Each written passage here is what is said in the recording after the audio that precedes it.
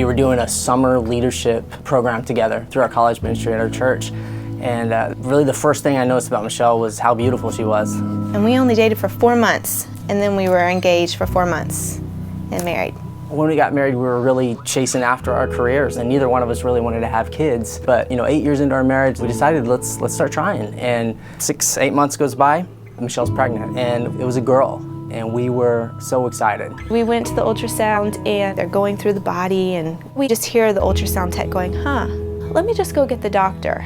And he basically just went through a laundry list of things that were wrong with our daughter, head to toe. Her brain hadn't formed properly. She had a short airway. She had a hole in her heart and it was twisted. Her intestines were twisted. She had a hole in her back, so her actual spine was out. I can't even express the feelings you have when you hear this, because you're just excited to have a baby. And then you just hear all your dreams go out the window. And so, they just basically went into this whole scene of just trying to tell us to abort the baby. At that point in time, we decided that we were going to, we're going to come together on this, and we were just going to trust God. So we named her Ryan Lynn because her time might be short. We wanted to give her a name. The morning of the delivery, there was a lot of fear, worry. Thinking, am I going to see my daughter alive today? The C-section happened, and I was sure, you didn't hear her cry. And so you're like, okay, that was it. And Jared's holding my hand, and I'm like, okay, that was it. And it's okay.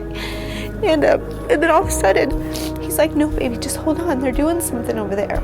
All of a sudden, before I knew it, here's my little baby girl next to me.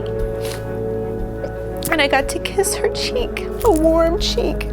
The little girl that I was never supposed to meet, I got to kiss.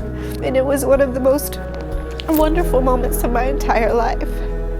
We were just so elated that she was alive.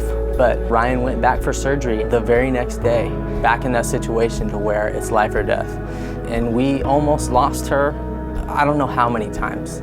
I can't tell you how many doctors and nurses saw miraculous things in Ryan. She would be coding, and they've been working on her for 20 minutes, like she's gone. And we would go in there to say goodbye, and all of a sudden, while no one's touching her, her heartbeat would come back. And it was just such a gift to see God work in such a tangible way. She was still on a ventilator. She was getting 50 medications a day. She had a lot of equipment, but because we had literally slept in her room with her for 5.5 months, they felt comfortable with sending her home. I think the first thing I did was just throw cookies in. I wanted her to just know all the smells and touches and feels of a home. And just joy was in our house, like we were giggling and just happy. And that's when all the alarms started going off. The paramedics get there, and in the midst of that, she crashes, and they can't find a pulse. We wanted to be a family, and we were a family. And then it was time. She was ready to go home. God just kind of started to change our hearts. This is a fallen, sinful, broken world, and there's going to be bad things that happen to everybody. And it was tough, but the reward through it was a dependence that I'd never had on God or experienced before. I found that intimate relationship that I had been craving with God, and after she passed, I held it. And I quit my job knowing God was calling me to something different. And we looked at Scottsdale Bible, and I was just playing around the website. I saw this MIT program. And sure enough, she gets hired here at Scottsdale Bible. And it's just amazing to see how God has built our faith and our trust and our dependence.